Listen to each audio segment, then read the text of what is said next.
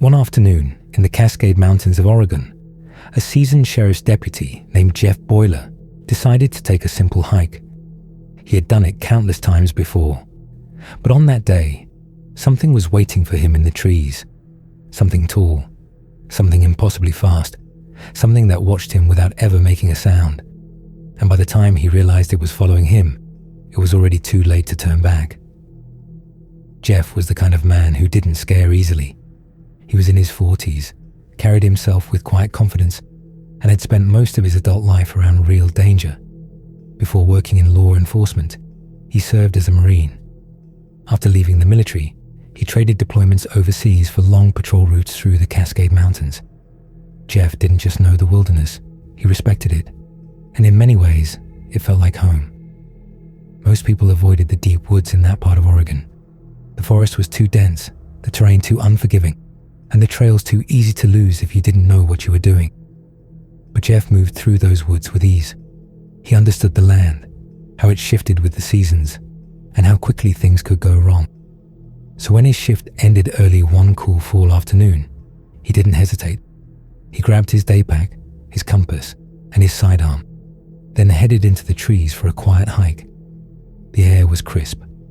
Low clouds drifted between distant ridgelines. The forest felt calm, almost refreshing. Jeff's plan was simple. Walk, clear his head, enjoy the silence. For the first 40 minutes, nothing felt out of place. The trail was familiar, winding through thick evergreens and damp ground scattered with needles and moss. His boots moved steadily. His breathing stayed calm. Eventually, the path split. One direction led back toward ground he knew well. The other climbed into steeper terrain he hadn't explored in quite some time. Curious, Jeff stopped at the fork and pulled out his compass and notebook, planning to mark the heading before committing. That was when he saw it. In the glass of the compass, just over his shoulder, something moved. A shape, a figure, standing between two trees. Jeff turned instantly. The forest behind him was completely still. There was nothing there. He frowned, lifted the compass again, and adjusted the angle. He narrowed his eyes. There it was. Roughly 30 or 40 feet away stood something shaped like a person, but not quite human. It was too tall. The shoulders were too broad. The posture was subtly wrong, as if it had learned how to stand by watching someone else do it. Its head was tilted slightly, like it was studying him. It didn't move. It didn't make a sound. It just watched. Jeff's instincts flared, and his hand drifted toward his sidearm. Before he could touch it, the figure vanished. Not by stepping behind a tree, not by running. It was simply gone, as if the space it had occupied had blinked empty. Jeff froze. The air around him felt heavier. Even the insects went silent. He knew the difference between ordinary forest stillness and something being wrong. This wasn't imagination. He forced himself forward and walked to the spot where the figure had stood. He expected to find footprints, broken branches, disturbed leaves. There was nothing. The ground looked untouched. Whatever he had seen had moved without leaving a trace. Jeff checked the time. Daylight was already starting to fade. Staying any longer would mean navigating in near darkness, something he didn't want to risk. He decided to take a longer loop back toward his vehicle, putting distance between himself and that part of the forest. As he walked, he stayed alert. Every sound made him turn. Every shadow caught his eye. The silence no longer felt peaceful. It felt heavy. Then it broke. A loud, deep crack echoed through the trees, not like a small branch snapping underfoot. This sounded like something large forcing its way through the forest. Jeff stopped cold. His breath caught. Another crack followed. Closer. He didn't wait. Jeff started moving quickly, then faster, until he was running. But the cracking sounds followed him, steady and deliberate, keeping pace with an unnatural speed. Fear hit him hard. Not the kind he felt during dangerous arrests. This was instinctual, primal. Something deep inside him was screaming that whatever was behind him did not belong in those woods. The light dimmed as the sun dipped behind the ridgelines. The air grew colder. Jeff burst into a small clearing and nearly stumbled when he saw a young doe standing in the open. It didn't run at the sound of his approach. It stood completely still, staring past him, nostrils flaring as it tested the air. Then it bolted, not away from Jeff, but away from something else. Jeff didn't hesitate. He ran. The cracking sound surged again at the tree line. He never looked back. He sprinted until his lungs burned and his legs shook, until the shape of his vehicle finally appeared through the branches. He reached it, fumbled for his keys, and dropped them. His hands were shaking so badly he could barely pick them up. He jammed the key into the lock, convinced that something cold was about to close around his shoulders. He threw himself inside and locked the doors. He turned the key. Nothing. He tried again. Still nothing. On the third attempt, the engine roared to life. Jeff slammed the vehicle into gear and tore down the dirt road, gravel spraying behind him.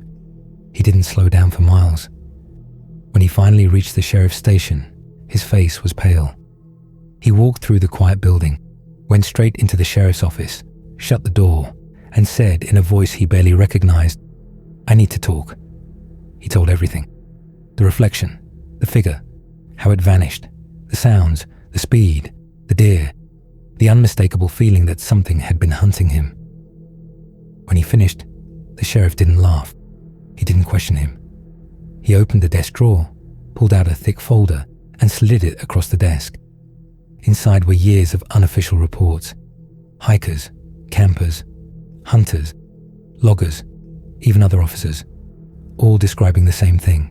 Something tall, something fast, something silent, something that watched from a distance until it didn't. The sheriff met Jeff's eyes and said, "Leave it alone. Don't file a report. Don't talk about it." Jeff didn't argue. To this day, he refuses to guess what it was. He doesn't claim it was an animal, or a person, or anything people like to argue about online. He only knows what he saw and what he felt. He knows that there was something in those woods with him.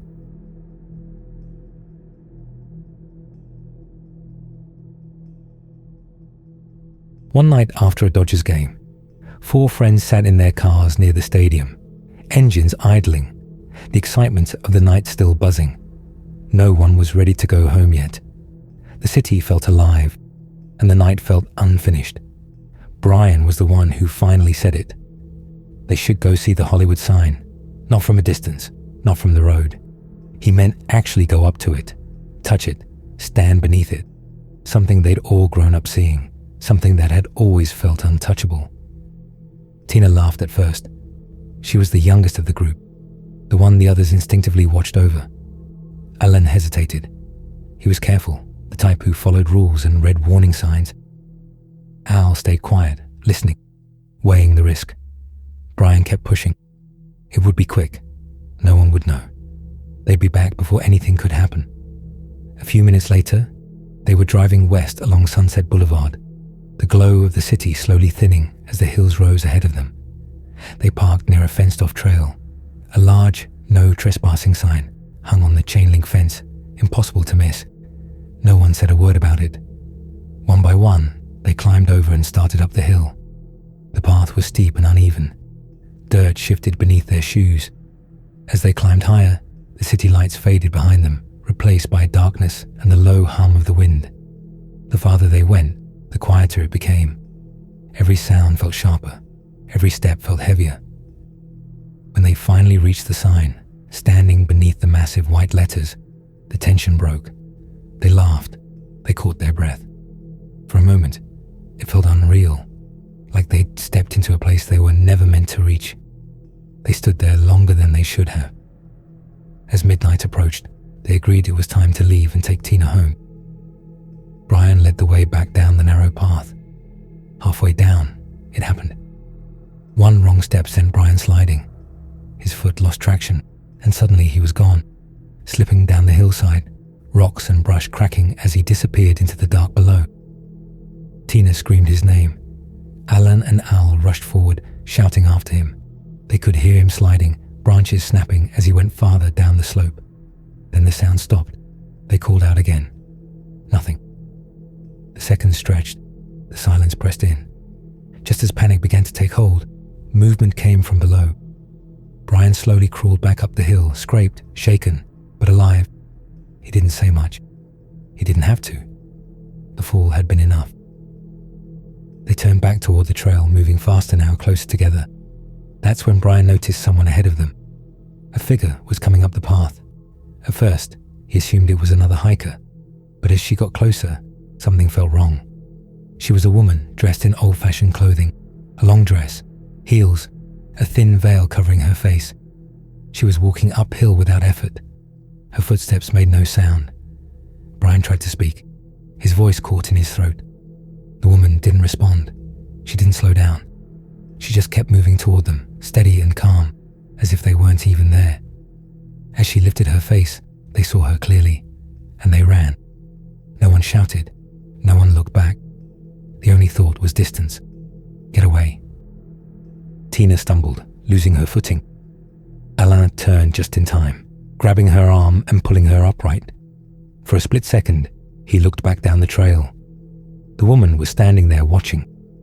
They reached the fence in a blind rush, tearing at the metal, scrambling over and through it. Engines roared to life. Tires spun against the pavement. They didn't slow down until the hills were far behind them. No one spoke on the drive home.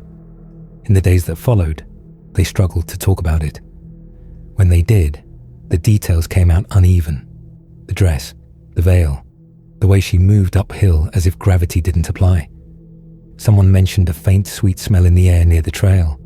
Floral, subtle, gone as quickly as it appeared. At the time, none of them questioned it. Alain was the only one who kept digging. He started reading about the land around the sign, old news articles, local legends, stories from hikers who claimed they'd seen something late at night. Again and again, the same name appeared, Peg Entwistle. In 1932, she was a 24-year-old actress struggling to make it in Hollywood. After a series of career setbacks and a devastating review, she climbed the maintenance ladder on the original Hollywoodland sign and jumped from the letter H. Her body was discovered by a hiker the next morning. She had left behind a short note filled with fear and sorrow. What unsettled Alain weren't just the facts. It was what followed. For decades, people claimed to see a woman near the sign late at night. A blonde figure dressed in 1930s clothing, sometimes standing on the trail, sometimes moving uphill with no effort at all. Many described her as distressed. Others said she seemed lost, and almost all of them mentioned the same detail: the smell of gardenias, her favorite perfume. No flowers grew on that hillside. Alain never shared everything he found. He didn't need to. The others avoided the subject entirely. None of them ever went back to the hills. None of them ever tried to recreate what happened that night. They don't claim they encountered a ghost, but they can't explain the woman on the path, or why her footsteps made no sound, or why she stopped at the fence and never followed them any farther.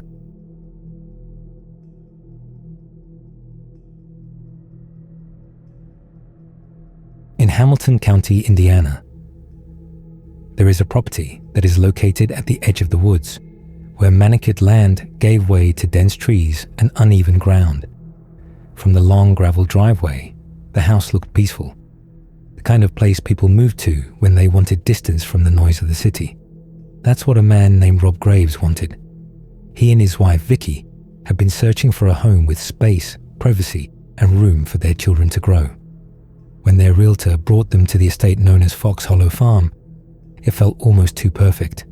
The house was beautiful, the land was vast, and the price didn't make sense. As they walked through the rooms, Rob couldn't shake the feeling that something was missing. A house like this shouldn't be empty, not for this long.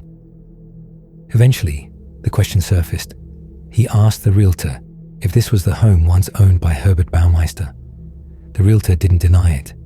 That was why the house was still available. Rob and Vicky talked it over. The crimes were decades old. The house had been renovated. Life had moved on. They decided they could live with its history. Not long after moving in, the first strange moment happened while Vicky was alone. She was cleaning near the pool, vacuuming gravel the kids had tracked across the concrete. The vacuum shut off without warning. She reset it. It shut off again. Each time, the extension cord had been unplugged. The third time, Vicky froze. The air felt different, heavy, as if someone was standing just behind her, watching, waiting. The feeling wasn't fear exactly. It was resistance. like something didn't want her there. Rob worked long hours at a car dealership. One of his co-workers, Joe LeBlanc, struggled with an exhausting commute. Rob offered him the spare apartment on the property. Joe didn't hesitate. The apartment had been gutted years earlier. Whatever had happened there was long gone. Rob helped Joe move in with his dog, Fred. By the time they finished, Joe collapsed onto the bed and fell asleep almost instantly. That night, he dreamed he was running. Something was chasing him, something close. When he woke up, his body reacted before his mind caught up. He bolted forward, slammed into the doorframe, and crashed to the floor. Glass shattered. Pain shot through his hands. Joe didn't know what he'd been running from. He only knew he needed to leave the apartment immediately. Not long after, Vicky saw something she couldn't explain. She came home one afternoon and found Rob painting outside. As she watched him work, her attention drifted toward the yard. A man stood there, wearing a red shirt. He wasn't moving, just standing. Then he turned away. As he walked, Vicky realized she couldn't see his legs. They faded as if swallowed by the ground. A moment later, the rest of him vanished. Rob tried to explain it away. Maybe someone drawn to the property's reputation, a curiosity seeker. Still, he installed security cameras. They never caught anything. Joe's experiences escalated. Late one night, while washing dishes, he heard knocking at his door. Slow at first, then louder, insistent. When he opened it, no one was there. Fred stared into the darkness, rigid and alert. On another night, Joe took Fred for a walk up the driveway. Something moved in the woods. Fred took off running, chasing a man in a red shirt who stepped into the trees and disappeared. Joe followed, and suddenly, the man was right in front of him. Joe ran. Fred followed close behind. When Joe told Vicky what he'd seen, they realized they were describing the same figure. The knocking returned. One night, it shook Joe awake. The door rattled. When he opened it, the hallway was empty. The door knocker hung sideways, still vibrating. As Joe watched, it dropped and struck the door one final time. He locked the door. Then the doorknob began to turn. Something fought it violently. Wood splintered. The door burst open. And inside the apartment, Joe saw a man sprinting through the room, panic on his face, as if escaping something unseen. Later, while watching old footage related to Baumeister's crimes, Joe froze. He recognized the man. Rob worried Joe was becoming consumed by the property's past. Then, Joe found something in the woods. Fred had stopped suddenly, staring at the ground.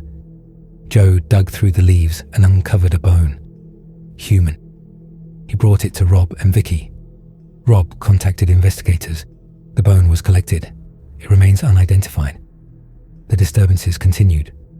One night, Joe and friends, including Jeremy, were swimming in the pool. As Joe dove, he felt a hand press against his back. Then fingers closed around his throat. He was pulled under, choking, fighting to break free. Jeremy watched in horror as Joe clawed at his neck. Joe escaped. They all fled the pool. Later still, Joe found knives moved from the butcher block into the sink, gouges cut into the walls. He recorded audio, asking if anyone was there. On playback, a voice answered. The married one. Every known victim had been single. Baumeister had not. Joe remains convinced something never left that property.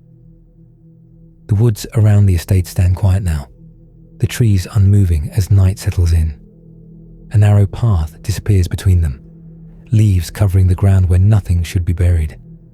At the edge of the trees, a faint human-shaped figure stands just beyond focus. No features, no movement. It fades into the darkness as if it was never separate from it at all. Some houses are remembered for who lived in them. Others are remembered for who may still be there.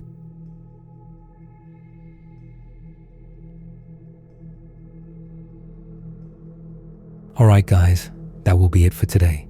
If you enjoyed the video, make sure to hit the like button and subscribe so you don't miss next week's upload. I drop new stories every week, so there's always something coming. I'll see you in the next one.